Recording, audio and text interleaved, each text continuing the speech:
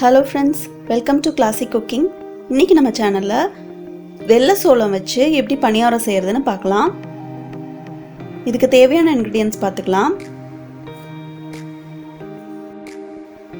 2 cup அளவு வெள்ளை சோளம் எடுத்துக்கிறேன். இதுக்கு 2 கப் அளவு இட்லி அரிசி எடுத்துக்கிறேன். மொத்தம் 4 கப் நல்லா குவிச்சு எடுத்துக்கிறேன். இதுக்கு 3/4 கப் அளவுக்கு உளுந்து சேர்த்துக்கிறேன். அதிகம் சேர்த்துற கூடாது. 1/4 டீஸ்பூன் அளவு வெந்தயம். இது எல்லாத்தையும் நல்லா வாஷ் பண்ணிட்டு ஒரு 4 hours ஊற வைக்கணும். 4 hours கழிச்சு நல்லா ஊறினதுக்கு அப்புறமா இதை ஒரு மிக்ஸி ஜார் இல்லை வெட் கிரைண்டர்ல போட்டு அரைச்சிக்கலாம். அரைக்கும்போது தேவையான அளவு உப்பு சேர்த்து அரைச்சிக்கலாம். சப்போஸ் நீங்கள் மிக்ஸி ஜாரில் அரைக்கிறீங்க அப்படின்னா அரைக்கிறதுக்கு ஐஸ் வாட்டர் யூஸ் பண்ணிங்கன்னா மாவு வந்து சூடாகாமல் இருக்கும். மிக்ஸியில் அரைக்கிறம்போது மாவு அரைச்சி எடுத்தாச்சு.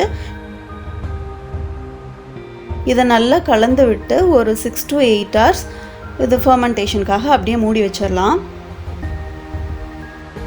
இப்போ நான் 6 hours கழித்து எடுத்து பார்க்குறேன். மாவு நல்லா பொங்கி வந்திருக்கு. இப்போ இதை நல்லா மிக்ஸ் பண்ணி விட்டுட்டு நம்ம பணியாரம் ஊற்ற ஆரம்பிச்சிடலாம்.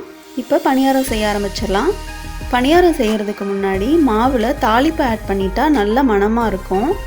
அதுக்கு எண்ணெயில் கடுகு கடலைப்பருப்பு தாளித்து கொஞ்சமாக கருவேப்பிலை பிச்சு போட்டு அதையும் நல்லா தாளித்து அதை வந்து மாவில் ஆட் பண்ணிக்கலாம்.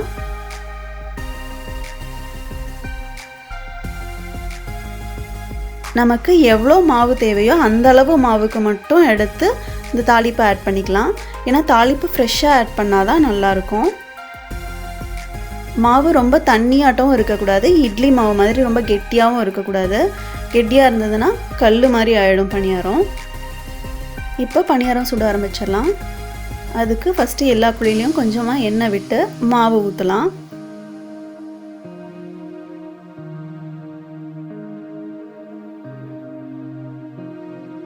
பணியாரம் ஊற்றும் போது மூடி வச்சு வேக வைக்கக்கூடாது. ஒரு சைடு தான் வேகணும். அப்போ தான் அடுத்த சைடு திருப்பி போடும்போது அந்த மாவு வழிஞ்சு நம்மளுக்கு உருண்டை ஷேப் கிடைக்கும். இல்லைனா ஒரு பக்கம் மட்டும் ஃப்ளாட்டாக இருக்கும், ஒரு பக்கம் வந்து உருண்டையாக இருக்கும்.